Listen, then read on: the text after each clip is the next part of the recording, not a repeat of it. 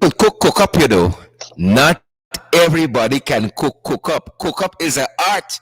Welcome to the podcast Below the Belt.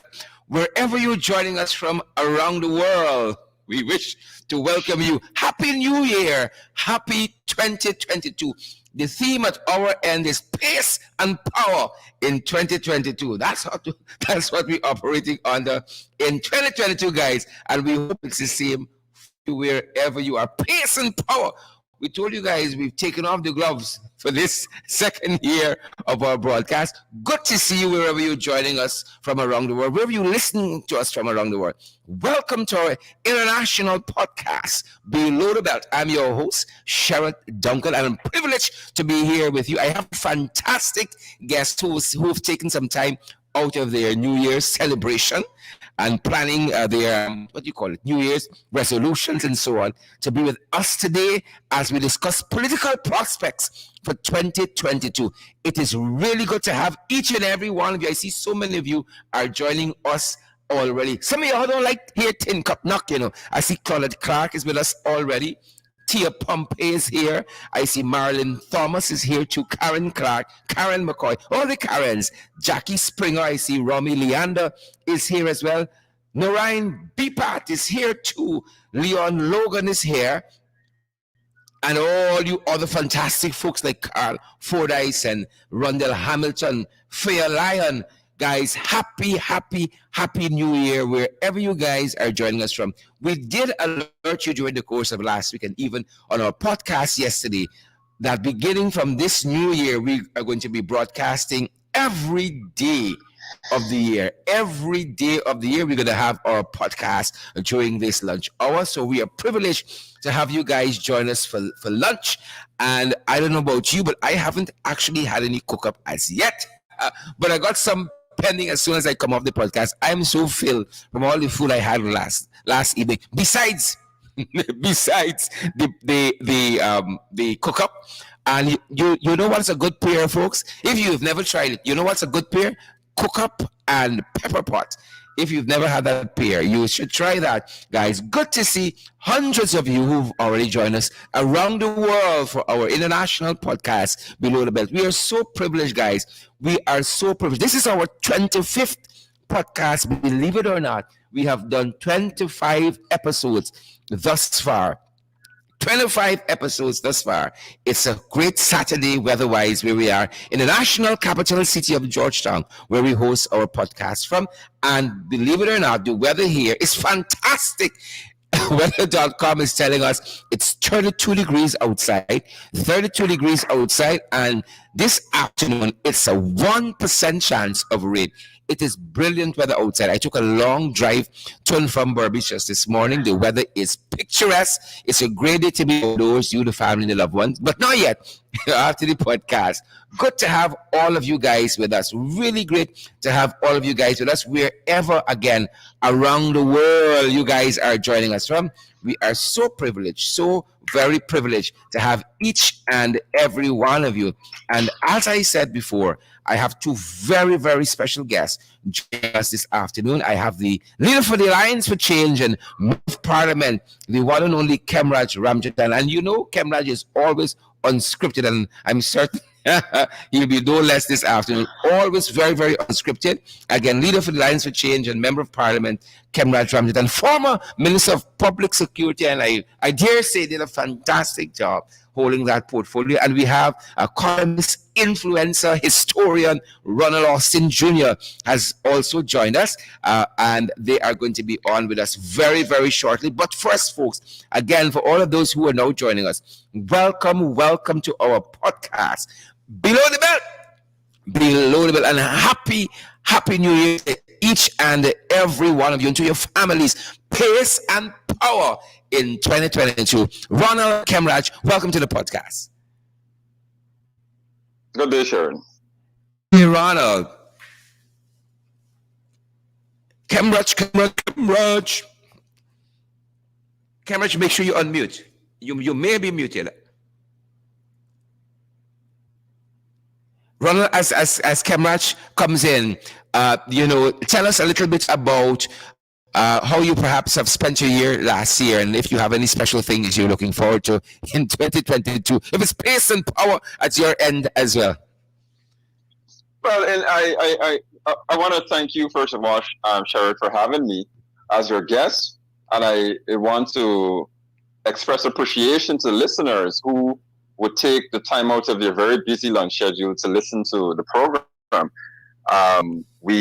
We are still within the context of COVID-19, and persons are under tremendous anxiety and concerns, and the fact that they can still maintain their focus and have some form of civic education to listen to these programs, something that we really appreciate. For 2021, I have been extremely busy, Sherrod. I can tell you that. I never thought that a life outside of government would have been so busy for me. I have multiple portfolios. I'm a columnist. I am a educator. I do writings for so many persons. I do academic research. I mean, 2021 was extremely busy. And I trust that 2022 comes along with being busy, but busy with work in which I am rewarded for that work.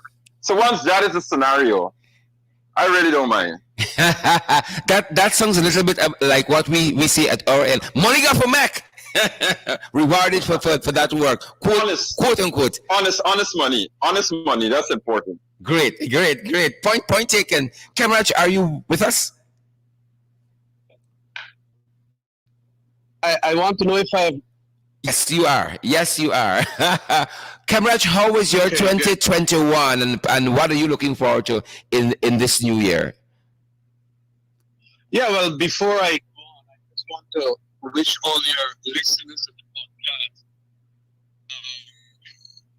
here all the best of health and all the best. We know that we're living in COVID times. We are living in times that have repercussions because of the COVID at economic level, and lots of our brethren and sistren out there are having difficult times. But whatever the configuration of your positions or your stress positions, please make it happen that this year brings even better comforts and joys as against 2021. Well, in relation to the topic that you asked me to talk on political prospects for the year 2022, I have to say that, I hope there's going to be better engagements at the political level with all stakeholders, government, the opposition, civil society, the press, the judiciary, because they will have quite a bit to talk about on a number of issues, just like they did in 2020. And all of these players must come around hammering out certain positions that will see us move forward. We are uniquely poised, probably more than any other country in the world, to get things right. It's just that consensus must be there, because whatever the resources to getting things right, we have here in Ghana.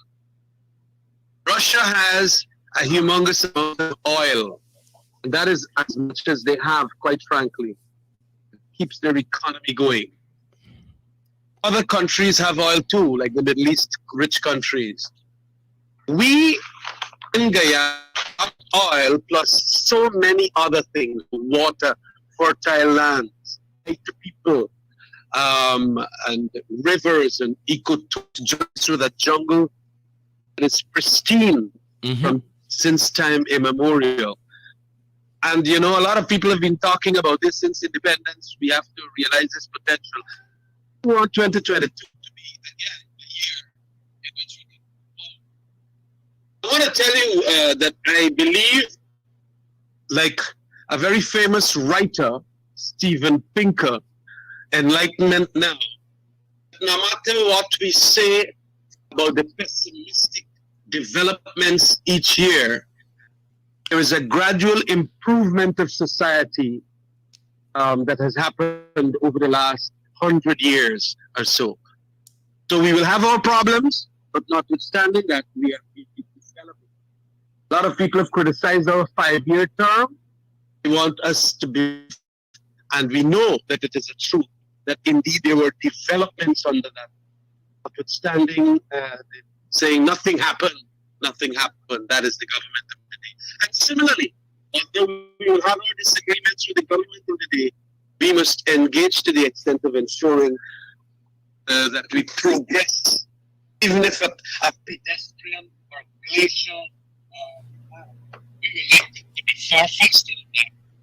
It will happen.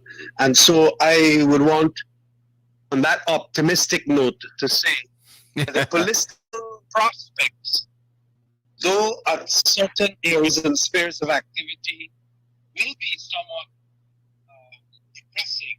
I think overall I can say that we're going to move forward. The PVP is going to have a lot of money now to spend. Hopefully that spending reaches areas that weren't reached before, to the extent that life could be made easier. We are going to scrutinize them as we have done over the past 2 years, and to the extent then that we see the projects are not wasteful, Skeldon estate, Skeldon factory kind of nonsense, and so on are entered into. We feel, I feel that is personally, that we can have a better year than 2021. And I'm hoping also that these leaders in the PVP start an engagement with the opposition, and also the international and regional leaders that played a major role in our elections. Because it would appear that the PVP just like them to come. They don't want them to have a say in how our developmental works, how our infrastructural works, how our anti-corruption drive at a governmental level must be forwarded. So it is important that they get some sense this time around. Jack Dew to be the president, as it were. So if he could just mess himself up to the extent of saying that I'm in charge, let's get this business going for the sake of all Guyana and not just a portion of it. Very well. You know, Kemraj, you quoted that author that says that, you know, society is improved ever so often. Well, not ever so often, but over that large sweep of time, 100 years. And rather, one might argue that that is a kind of phenomenon that escapes us here in Guyana, because Starbuck News was making the point just in the course of the weekend and the editorial. I think it's one title, Limited Vision, in which they refer to Irfan Ali's speech last year, O'Leary's Day, in which he always talks in lofty terms about one Guyana and unity. And Starbuck News made the point that we are more disunited than ever before in our history. So how is that working out for the PPP? Prospects for 2022. No, well, look, we will have the press. Great head, We'll have the press making their statements. The press always must be that insurance policy. Kamraj, at my end, your volume keeps failing in and out. We will be really appreciative if you can stay a little closer to the microphone. Yeah, well, I want to say that the press will have their say, and the press is to be very vociferous and vehement about what it wants.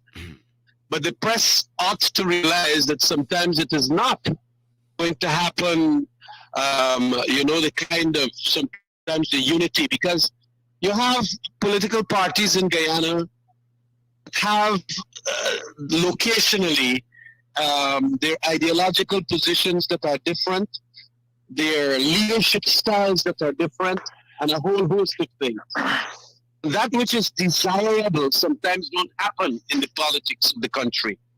But with whatever you have, and the divisions and the polarizations and the tribalisms and all of that notwithstanding, you still can have progress. Mm-hmm. And that is what I am saying, that sometimes tablet news editorials or whatever is very good. That's freedom of expression there. But I still believe that we will manage to do better than 2021, because the political parties that Starbuck News is talking about, they know their places actually. And at this stage, there was a recent leadership change in PNC. I believe that people like Aubrey Norton understands the history of this country and will realize that engagement is the process forward. Because otherwise, it is going to be like, civil strife. Mm-hmm. In civil strife, I believe that the larger majority of Ghanaians do not want. What the larger majority of Ghanaians want is better accountability, more transparency, and notwithstanding the polarized nature of our political partisanship, that can still be achieved, although, as I said, far more slowly, as against the rapid pace that Starbuck News and all of those newspapers want. So it is not as bad as sometimes the editorials of Starbuck News reflect. Welcomed intervention. Ronald, your thoughts on political prospects for 2022? Well, I want to see, as a non-party citizen, citizen who belongs to no political party and somebody who's not entrenched within the political process, I want to see more compromise. I want to see the opposition acknowledging when the government has done something good. I want to see the government inviting the opposition to have discussion. That's something I would love to see as a citizen. I also want to see more civil society involvement. I want to see a robust free press. I want to see more political parties having democratic processes where they choose their leaders in a very transparent process. And the PNC's recent example is a pretty good bar to set. I want to see citizens being far more educated on issues. I want to see citizens more involved. And I want to see a growth in our democracy. Now, that is what I wish to see. But, Sherrod, I'm going to be a bit pessimistic here. I'm going to be a bit negative. I'm going to make these comments, risk a person's concluding that this man is all negative with Ghana. But I study history. I know history. I'm a lover of history. And as a person-trained historian, we tend to read through the tea leaves. We tend to go by theoretical construct. We tend to go by models and methodologies to make our analysis. And once I go through those kinds of approaches, the only conclusion I'm left with is that we are going to follow the same trajectory of, based on what I've seen so far and based on what is before me, I'm afraid, based on everything I'm seeing, I have no choice but to conclude that our country will follow the same path as countries that have discovered black gold, discovered something extremely precious. I would want to believe, Sherrod, that maybe by some luck or some good fortune, that we escape the process that I see coming on the horizon.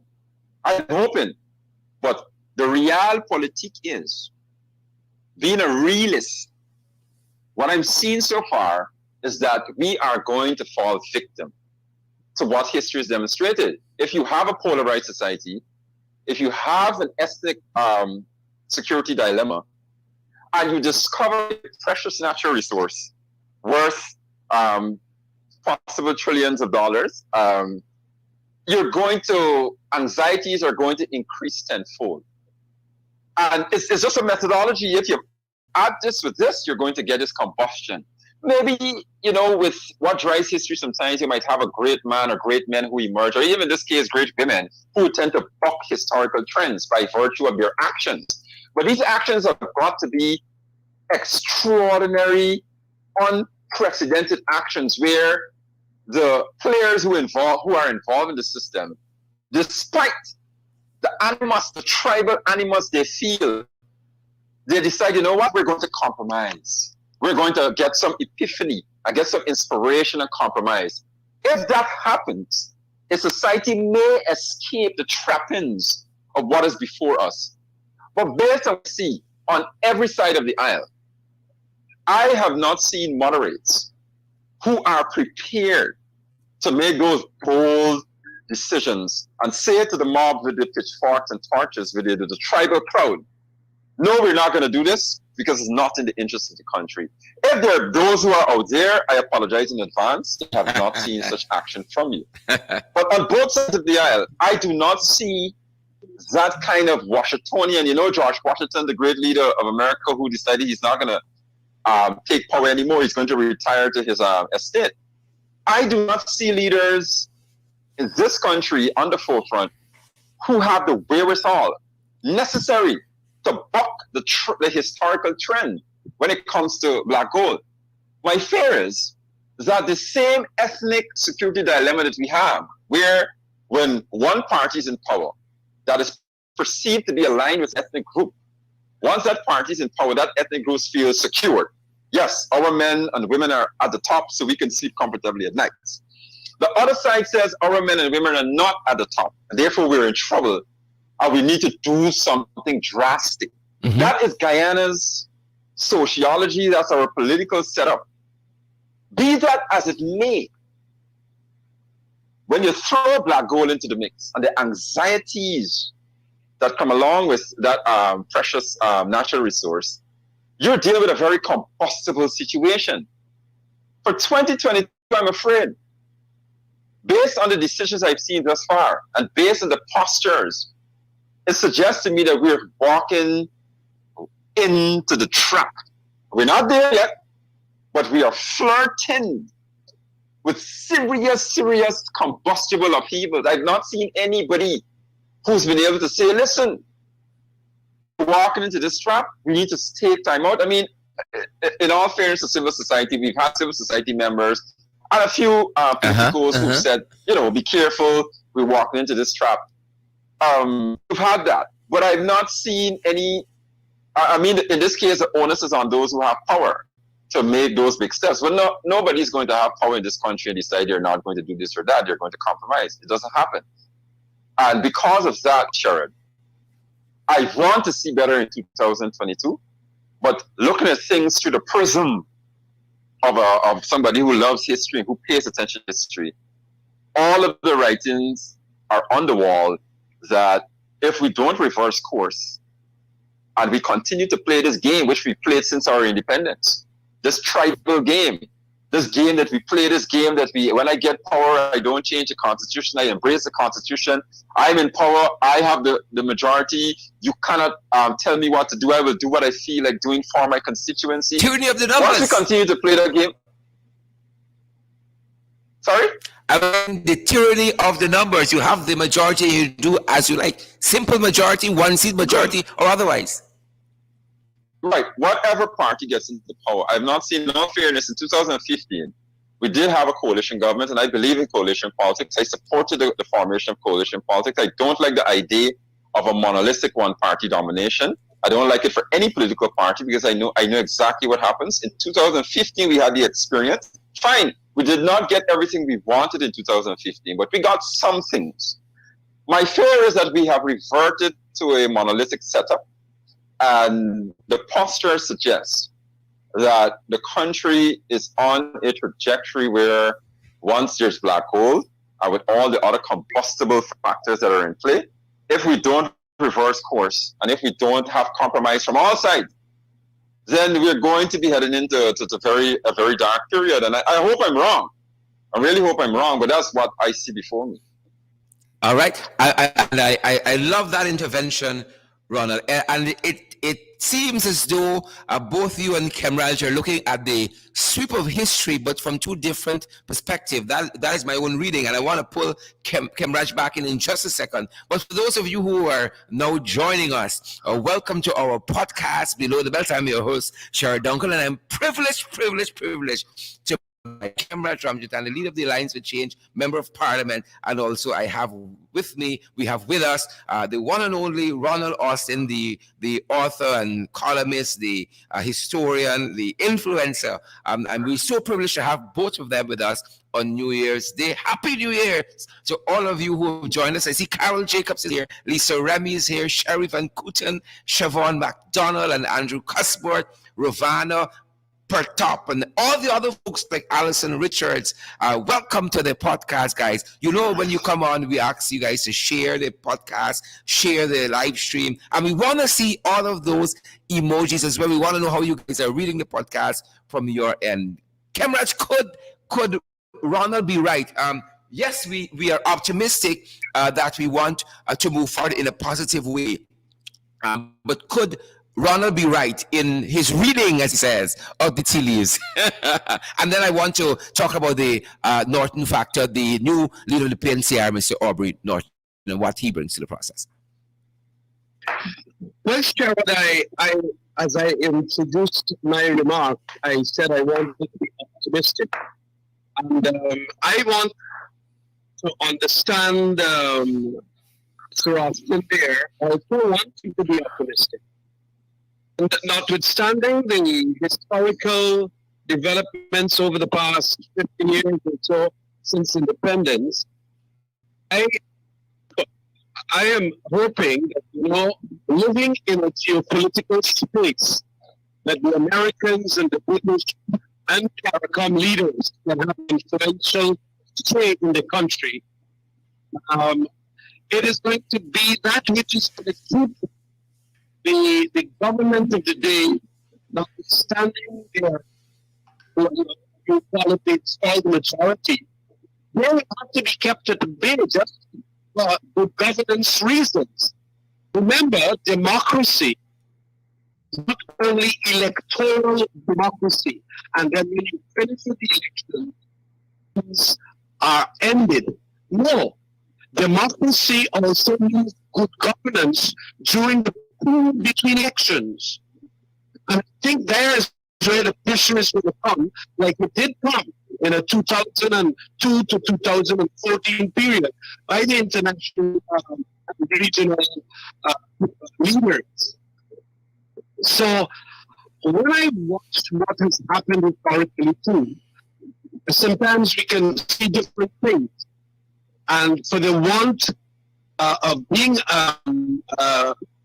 optimistic, or not pessimistic, sorry, it is important that we also look at some of the developments that can cause a bearing fruit of optimism.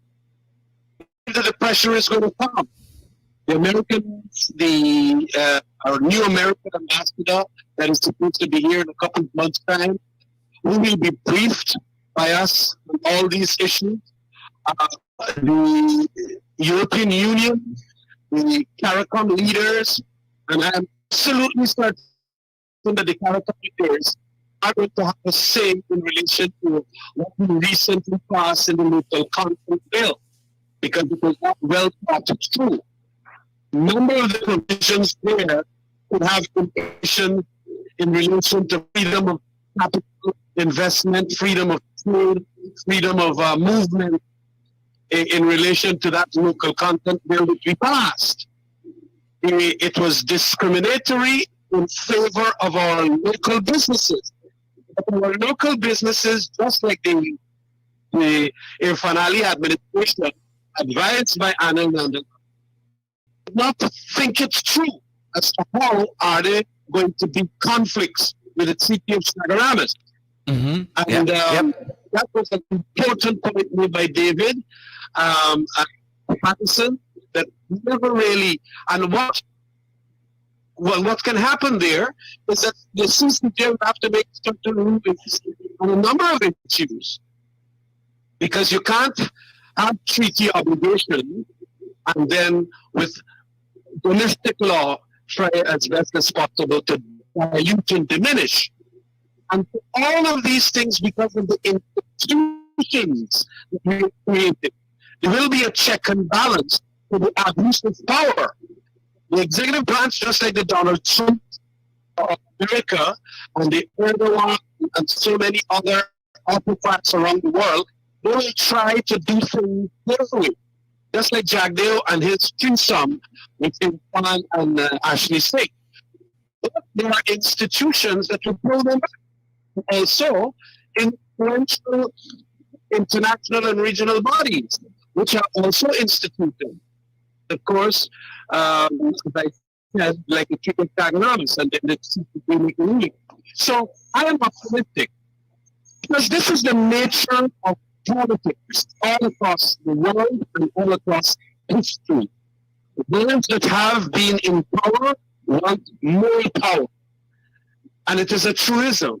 But because we have set up a number of institutions, we're going to hold them back. And I rather suspect that because we come so close in elections in Guyana, 51, 49, 49, 51, there can be some motion that can drive the people into not wanting people to get angry with them. And we in the opposition too will have to do certain things better so that people will not get angry with us.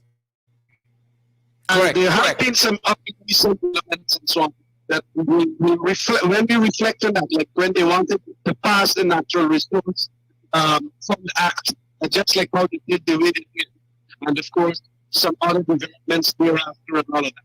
So we have to get our act right, and I believe that when we get it all right, we will have international act because Guyana is a special place for international actors now. And the Americans are going to be the biggest because they control, literally, the geopolitical space. And I want to believe that a Biden kind of administration, a different international development order, you're going to have them telling this government, please be cautious as to what you do. Please be accountable. Please be transparent. Please be democratic and improve democracy at all levels. Why did you do that to the Natural Resource Fund? Oh yes, you have sovereignty, but sovereignty is not all. This is an interconnected world, and the interconnectedness will ensure that they play a role. And for that reason, I have the optimism that I have. Thanks very much for that intervention there, Kemraj. I don't know how many of you had a chance to listen to the leader of the PNCR's New Year's address, but if you listen to it, if you read the text of it and the text of the statement that came out of the Alliance for Change, it seems as though they were almost written side by side. And what it says to me personally is that both parties have seen the same issues and have engaged the same issues that affect us on a day-to-day basis, especially over the last year. I want to just quote a couple parts of the address by Aubrey Norton, and I think this is one of the better statements over the last 2 weeks that I've heard come out of the PNCR. I dare say so. I was telling Ronald in the green room just before we started, I, in my own personal capacity, would elevate this to state nation address because it touched so many themes, and I think it really will overshadow the statement put out by Irfan Ali if you listen to them side by side. I just want to quote a couple parts of it and get some reactions from both of our guests, Kemraj Ramdutan, leader for the Alliance for Change and Member of Parliament, and historian and influencer Ronald Austin Jr. I'm just going to quote a couple parts of it and get your reaction.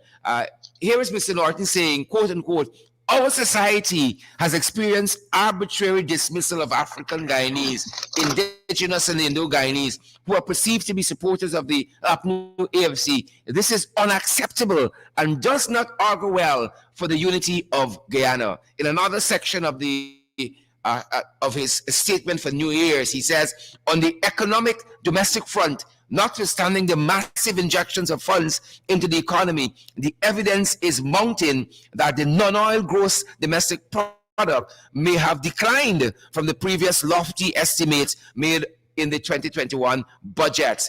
And he goes on to say that despite huge investments in the agricultural sector, the returns have been marginal with little support for the small and micro businesses. And in yet another section, he says that the Guyanese workers are being pushed further into poverty. One would have expected that the Ali regime would have rewarded our workers with a significant way. This was not to be rather. The government awarded a tepid taxable 7% increase for 2 years. This is more evidence rather of its callous and uncaring attitude to the plight of the workers. Clearly, the government has no interest in providing the lives of improving the lives of public servants, and can dispel this view by offering the workers no less than 25% increase in wages and salaries in 2022. Reactions.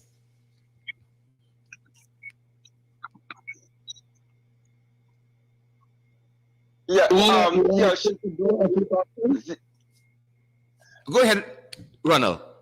I'll take you first. Right. I listen to as a citizen who takes his civic education very important.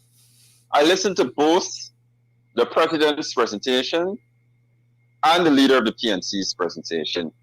In terms of the president, I listened to his speech, and the leader of the PNC, I read all 54 paragraphs of his statement.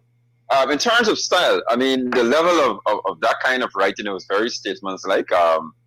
Keep it in consistent with Mr. Norton, who was once my teacher at the University of Ghana, somebody who has a strong academic background and somebody who has understands the nuance of language. It's well written. It could be an example of how to construct presentations and do political communication.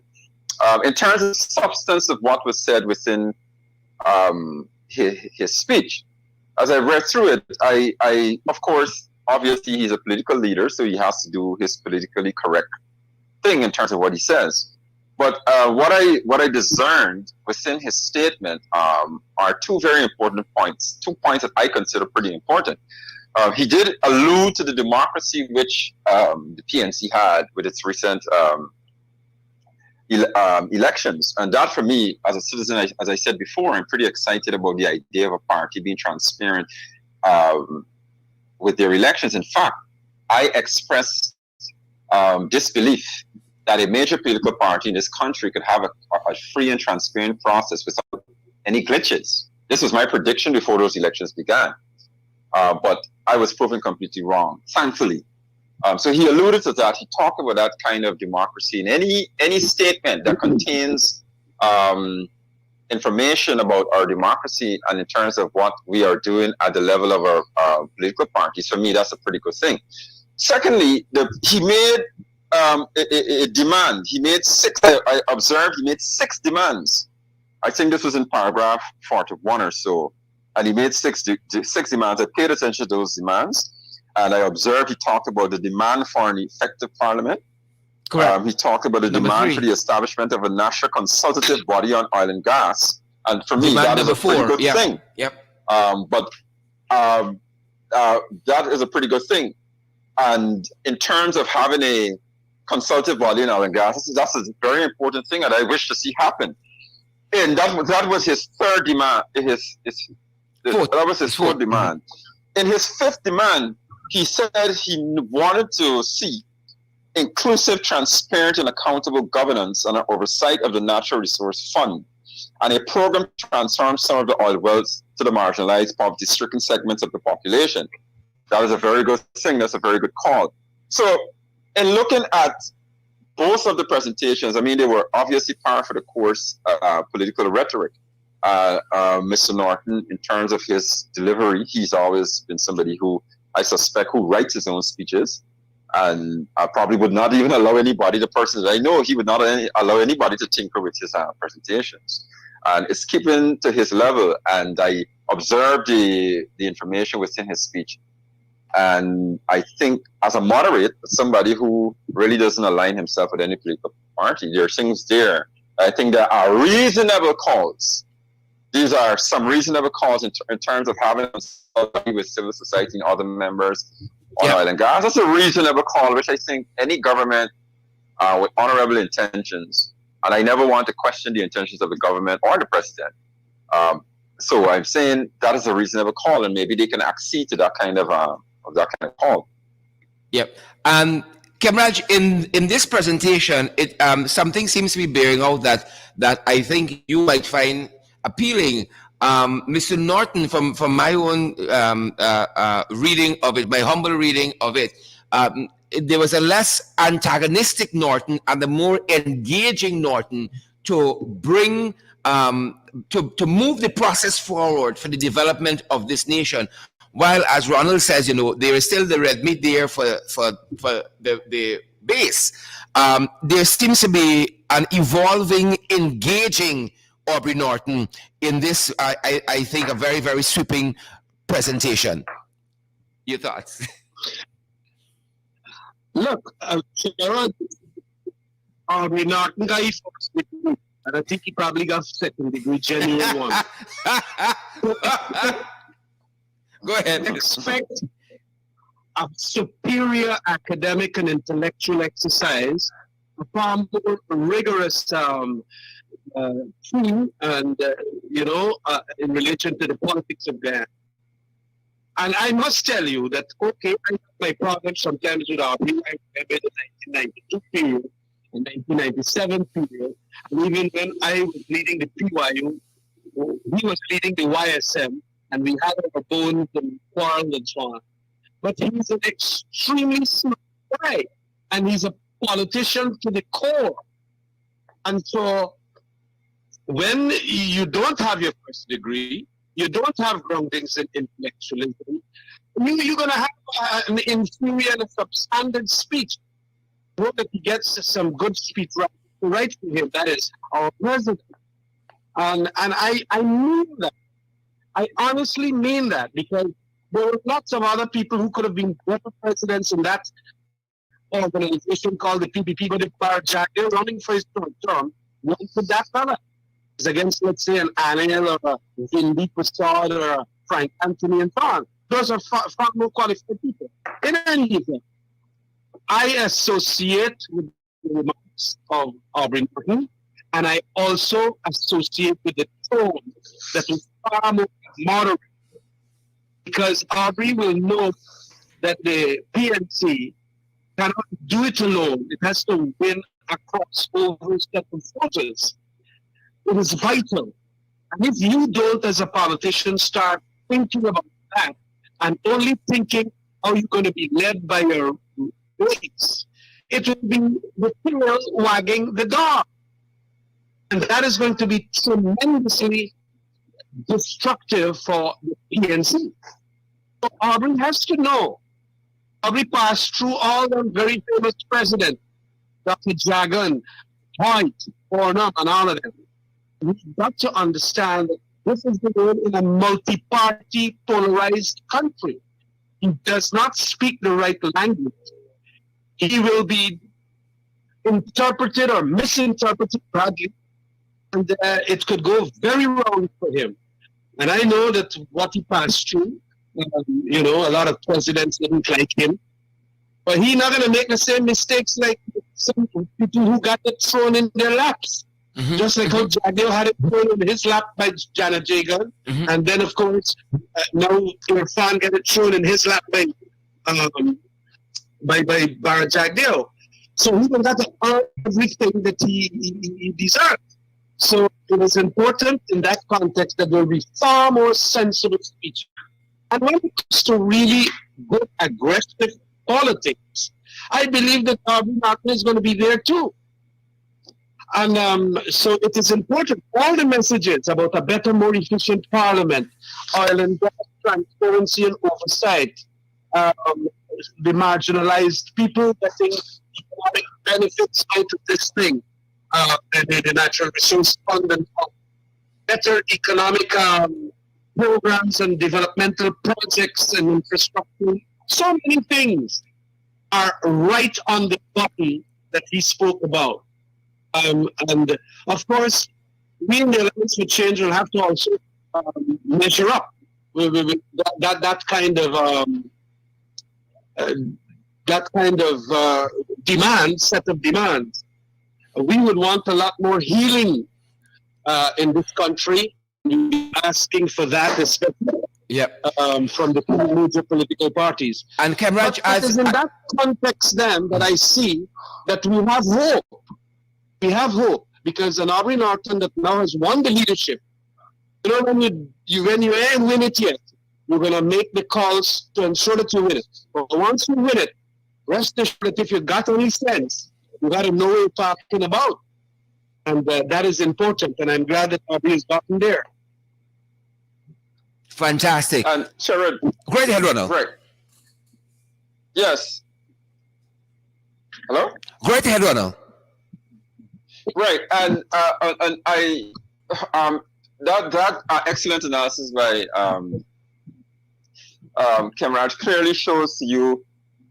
He made a very important point that anybody who's a leader of any major political party in this country, if you have any sense, that you have to understand that whenever you emerge as a major political figure in this country, that you have to you're dealing with multiple constituencies have an effect on your success or lack thereof, or even whether or not there's going to be certain failure. Mm-hmm. And in my estimation, you have 4 basic constituencies that whenever you speak, whether it is verbal or whether you are communicating by way of writing, whenever you communicate politically, you have 4 constituencies that you must acknowledge you're speaking to. First of all, you're talking to the base. And invariably, the base is tribal on any side. The base, they want their red meat. They want to see the knocks and the bruises. That's what they live for. I mean, not with the greatest of respect for ordinary Guyanese who are very politically conscious. They tend to be a bit more, they want to see a more aggressive approach. So whenever you write and you communicate, you have to speak to them. Secondly, you have to talk to, and I think this is in the modern era. Whenever you communicate politically or whatever you do politically, you have to consider that 10%, which I keep arguing, will decide elections going forward in this Westminster model. You're not going to have any landslide in this system. You're not going to have any 5-seat majority. That's the days of that kind of setup are over in my estimation and in the estimation of many observers. You're going to find a 1 seat, you're going to find a 2-seat lead. In that regard, you have to acknowledge that there's a 10% of independent thinking people on both sides that would hear people in this country who vote on issues and vote on personalities. Not everybody is tribal anymore. Not everybody decides I'm going to go and vote blindly for a political party because my family and it's a tradition. If you observe the numbers over the years, it's difficult to maintain an argument which suggests that we still have an ingrained tribal voting bloc. You have a small, it's still largely that case, but there's a small percentage which I continue to argue who must receive acknowledgement. So that's your second constituency, the 10%. Mm-hmm. Thirdly, you've got to acknowledge, as Kemraj referenced, the international community, the regional community. They play a major role, and regardless of how you want to say, oh, I'm sovereign, and you should not interfere in your own affairs, mind your own barnyard. Once you sign up to all of these international agreements, and you're going to conferences, and you have ambassadors, and you have embassies around the world, you're automatically part of the global community. Mm-hmm. So it would be folly for you to argue, while I engage you, while I go to all the conferences and adopt all your different treaties, and I sign up to all of these things. Whenever it comes to political matters, you can't say anything, shut your mouth. It does not follow. So whether or not, I mean, interference is different. If you talk about bringing military forces with boots on the ground, that's a different realm you're talking about. But in terms of the international community issuing statements and having policy directions or expelling you from some kind of multilateral organization, that is fair game. If you don't want that, then you become a pariah like North Korea and say, I don't want to be part of any global organization, and I don't want to be part of any of your treaties, and you stay in your corner, and in doing so, you get no benefits of the global community. But once you sign on, once you take your little trips and you like to go to conferences and you like to sit down and knock glasses with the international community, then you have to accept there's a level of global community that you have to acknowledge. So for me, that is the third constituency that you have to speak to whenever you communicate. In that regard, through that kind of lens, through that kind of prism, I think that is how I evaluated Mr. Norton's speech. And it was clear to me that he's talking to the various constituency, and that for me was encouraging, because this is not a man who where everybody's touting, oh, Aubrey's here. Aubrey's going to come and smash all the China, and Aubrey's going to lift the torch and pick up the pitchfork. And people, due to politics and the whisper campaign, that's what people would have said. But I know Mr. Norton, and I'm saying to you, Sherry, that once you read a few books, once you lecture at the university and once you study at the level of Mr. Norton, it is difficult for you to be narrow-minded. It's sometimes impossible, because he thinks a lot. Any man who thinks a lot, any man who's educated at a level, you do a lot of thinking, and because you think so much, it's difficult for you to engage in narrow-minded behavior. Shakespeare said such men are dangerous. To this, Sharon. In Mr. Norton's presentation, he made 6 demands, and he said, we are asking, or he could have said, we are requesting of the government, because that would have been a more moderate tone. But he didn't, because he acknowledged that he's balancing the two constituencies. He knows the base, they're watching him. So he says, we demand. He used a more strong tone. We demand. We're not. So because he doesn't want people to say, oh, there's a new leader who we expect to come with this robust action. We expect him to now come with this robust action. Here is he begging the government. So again, I am alluding to that, Sherry, because I want to say to you, this is a man who is thinking. This is somebody who is clearly strategic in his presentation. As I read through the lines, he is acknowledging everybody. He knows the international community will take his speech and they will put it under a microscope. And Brian Nichols, who's the Deputy Secretary of State for Western Affairs, his assistants will have that speech on his desk by Monday. And they're going to dissect it and send their notes to him. And they're going to look at it and they're going to say, are we going to have trouble with this man? No. From just what I'm seeing here, this suggests that this is somebody who's thinking. So I looked at his speech in that regard, and I acknowledged that he was really communicating with the various constituencies in a skillful way. If anybody had any fears, your fears would be a bit assuaged when you see that kind of rhetoric. However, I must caution, rhetoric and speech are two separate things from actions. A man can talk a bunch of lofty things, but you'll be watching in terms of how you manifest yourself through your actions. But in terms of the speech and the presentation, I think there are some reassurances there within the lines for more moderate Guyanese who would want to see, a better way of operating.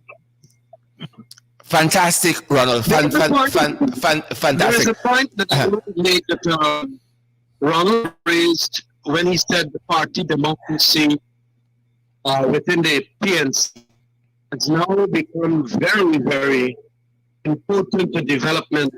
And I want to make this point. To pressure the PPP into further democratization. I don't know how much you know about my history inside the PPP, but at the 2002 Congress, at Vermont, I certain amendments for the further democratization of the PPP. It is very, they call it democratic centralism, very centralized. The leader, the party, and so on, the leader dominant, the executive dominant of the demand committee and all of that nonsense. I have made some proposals that the leaders of the party ought to be elected from the base at the Congress Hall. That time it was at Brown. And of course, you were lambasted by a number of people, including my good friend Moses Nakamoto at that time, although I warned them, both he and Ralph, that they're going to come for you after they come for me. Of course, they came for Moses, and they came for Ralph, and both of them don't. Well, Moses, of course, came across to the AFC, and Ralph has created his new Anug with Timothy Jonas and so on. But it is essentially the non-democracy on the floor of the PDP that had me agonizing for years as to whether I should come up with my constitutional resolutions as I did the Put Moran thing. So when the PPP always criticizing the PNC for not having democracy internally, oh God, there's a leader and this and that. The person in Guyana that is doing exactly that, and a paramountcy of the leader, as it were, is this Baradagne. All the norms of two-term limits mean that we should have gone to pasture. But a lot of people taking me on in relation to this. So there's a cult personality. Now, what that does, it's very damaging for party democracy. Because a lot of people then put all their, what you call, efforts into the leader now going to look after the food. They don't want to learn anything. They don't want to learn any economics. They don't want to learn any other thing. Jack, because he is the macroeconomic specialist, he is the boss of organizer, and then a cult personality I see being now allowed to grow and emerge inside of that PPP. That is very damaging. And that also will one day come down. People are going to start questioning it, not only around Zatan, as I did in relation to the 2002 era and even before. I was questioning this thing because it was not democracy as I know it from the Western universities that I mentioned. Mm-hmm. But this is a very big development that is now going to pressure the PPP. They can't go and say, well, the PNC got no democracy. I mean, everybody sees it in the AFC. You put up your candidate, you go there, you win, you lose, whatever. And even the press people saw when that was put up. And we put up returning officers that are very independent. Now, that is a magnificent development, in my view, too, that is going to put pressure inside of the PDP that could also bear down on whosoever wants to create a cult personality. Mm-hmm. And that is important, as I keep repeating saying, that is very, very important. A development that is going to cause. Because remember, democracy is evolutionary. It depends on the particularities of the country that you live in, with big parties that govern it, and so on. But also, the developments will arise to pressure the other, one onto the other. And that is what has happened here. And I think it's a good development that has occurred. Very well. Kemraj, thanks for that intervention there.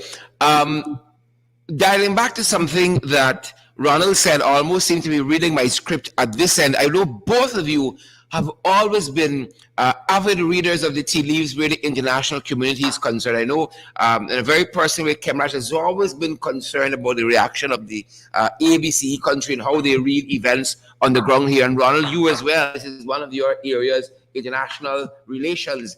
And in this presentation by Mr. Norton, I'm going to end our broadcast on a high note coming out of the AFC's statement for 2022. But in this statement that Mr. Norton would have give, this very substantive statement, he says that the differences that attend our relationship, this is speaking to that audience that Ronald highlighted that he was talking to these various audiences, the international community being this one. The differences that attend our relationship on occasions should not be allowed to dominate our friendship. This is Mr. Norton. Again, the differences that attend our relationships on occasion should not be allowed to dominate our friendship, discourage dialogue, and limit our common pursuits of global solutions for our people and all mankind. I look forward to working with you as our party commits to making Guyana a place of equal opportunity for all. Reactions to that as we look to program time. Oh, no, that is an excellent. All right, go on.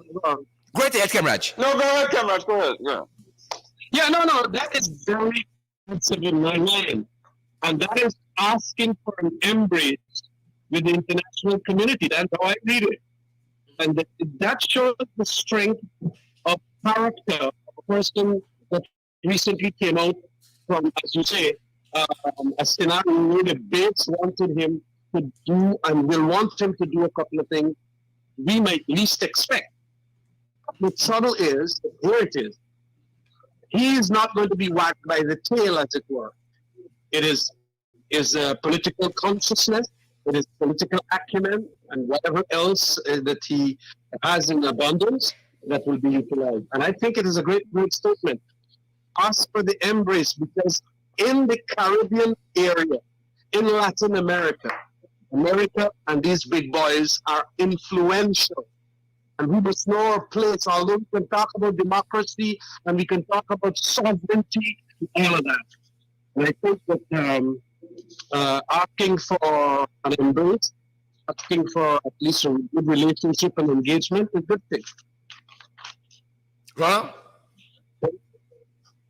that's an important point, and I think the skillful art of political leadership involves the delicate balance of the various constituencies, and there is a risk when you overplay one constituency too much.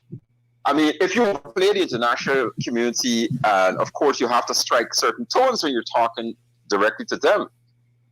The base, there's some people in the base, they don't understand the nuances of geopolitics.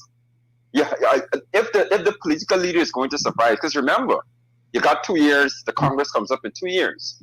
If you overplay a constituency that makes you seem a bit, a bit leaning towards that constituency too much, then the base, they will find somebody within the ranks who they think will do the job that they want done. So the skill has to be a delicate balance of juggling those constituencies. And that involves constant communication and education. You have to be able to say to the base, look, you're going to see me striking a certain tone. This is the reason I'm doing it. I'm not saying he's going to go on television and go all over and figure out that. But whatever bottom house means, you've got to explain to them. Because soon somebody's going to be pointing a finger and saying, oh, he's sung as a man, or this man sung as a this man like, do the business that we want to do.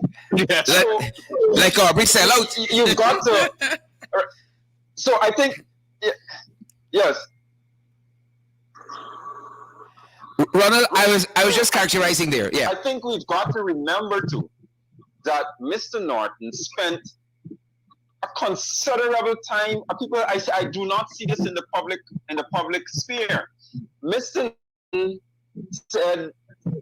Norton spent a number of years within the Ministry of Foreign Affairs under the erudite leadership of Rapshi Jackson, and rubbed shoulders with Fred Wills and those other giants in foreign policy. This is somebody who's in the thing. This is somebody who wrote policy papers. So there's no question he understands the geopolitics and the international community.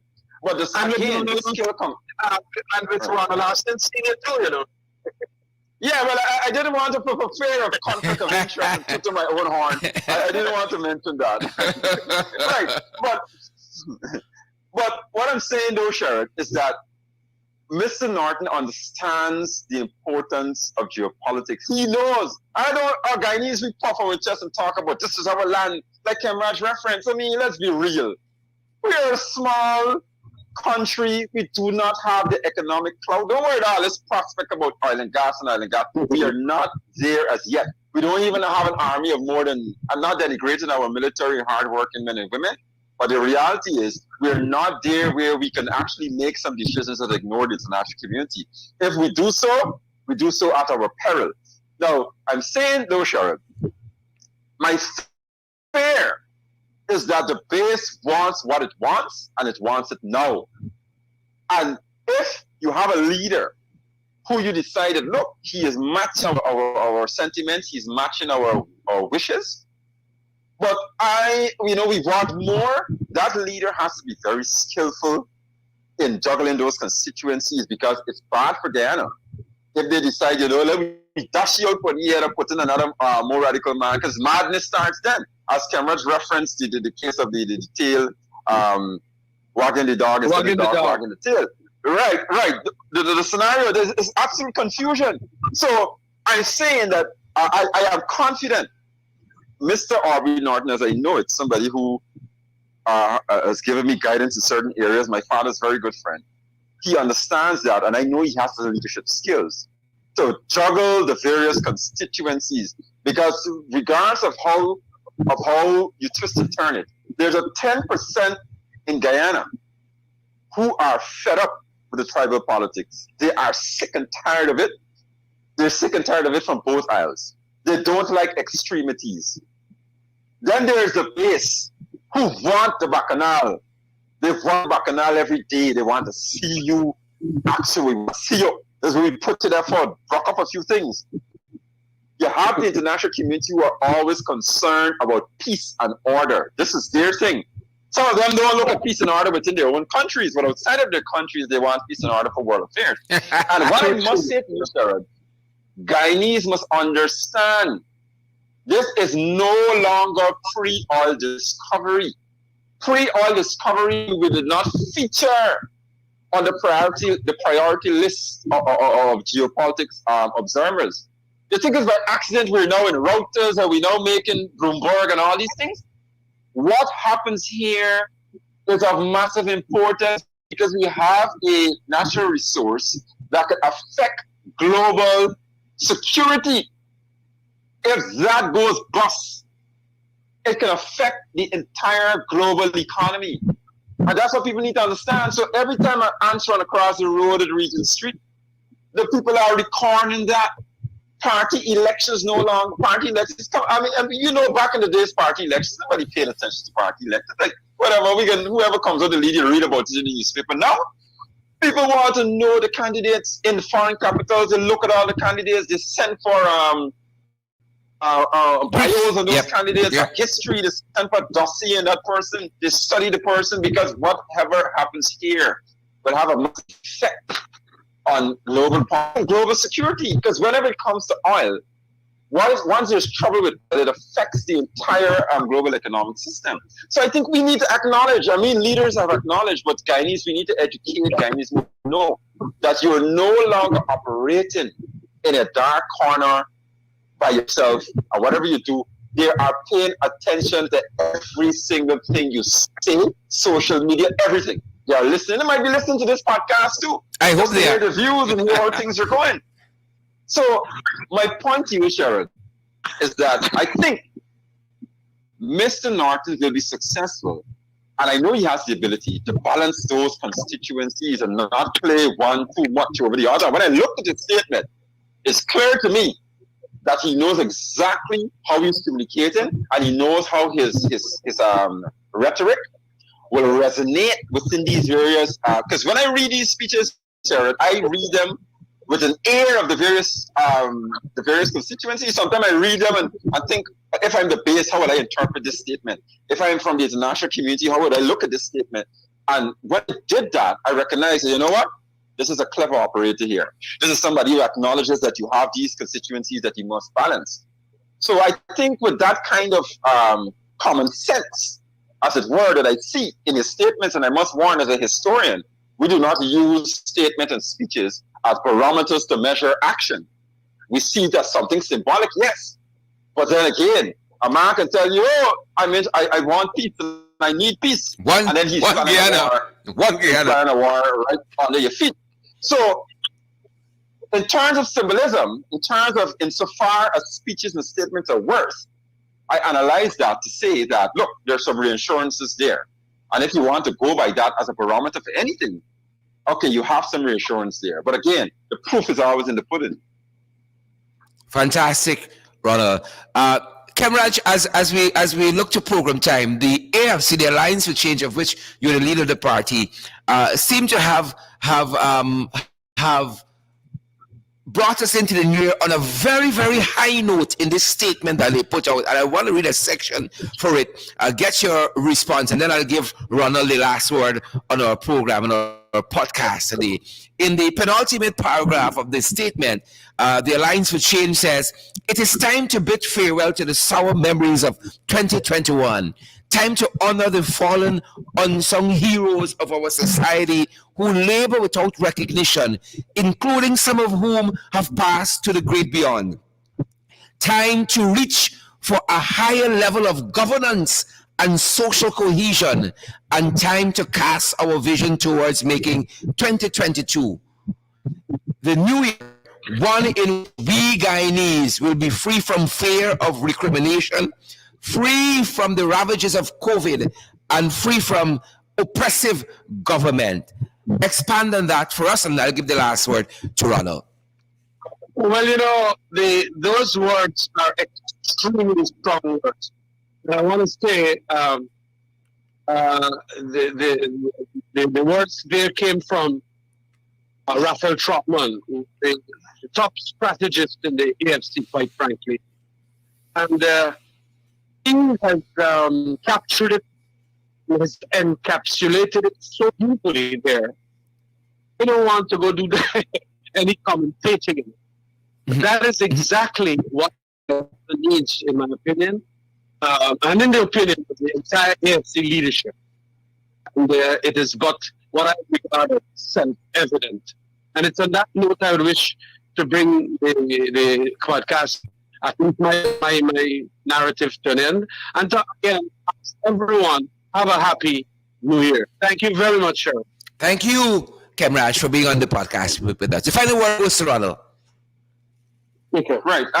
Like I said, it was a really excellent discussion, really excellent forum, and I hope that you continue to do this kind of work, Sharon, in your podcast. And I know you normally do programs that are purely political, but you should try to invite independent voices and persons from the other side to have healthy debates. I'm sure sometimes even if you don't invite them, you can at least say, look, if they don't come, you can say, look, I want to have this discussion. I invited Tom Jones, they refused to come. So we want to lift our conversations and discussions, and sometimes you can have programs where they're not invited, but I would encourage you to have more robust debate within the democracy, invite few persons from the other side, and have robust discussions. In terms of the Alliance of Change statement, I think I share the sentiment of all Guyanese that we want to see the Alliance of Change survive. We want to see the Alliance of Change taking more independent positions. I believe in coalition politics. I believe that we should have a monolithic government. In that regard, I expect to see the Alliance of Change, really coming out with some hot debates within the coalition, independent positions. And I've seen that in the case with the CEO of GCOM, you took a different position and so on. But we really want to see healthy, firm coalition politics, if you get it, Israel deal making, and people differing, but yet still sitting at the table and coming up with compromise.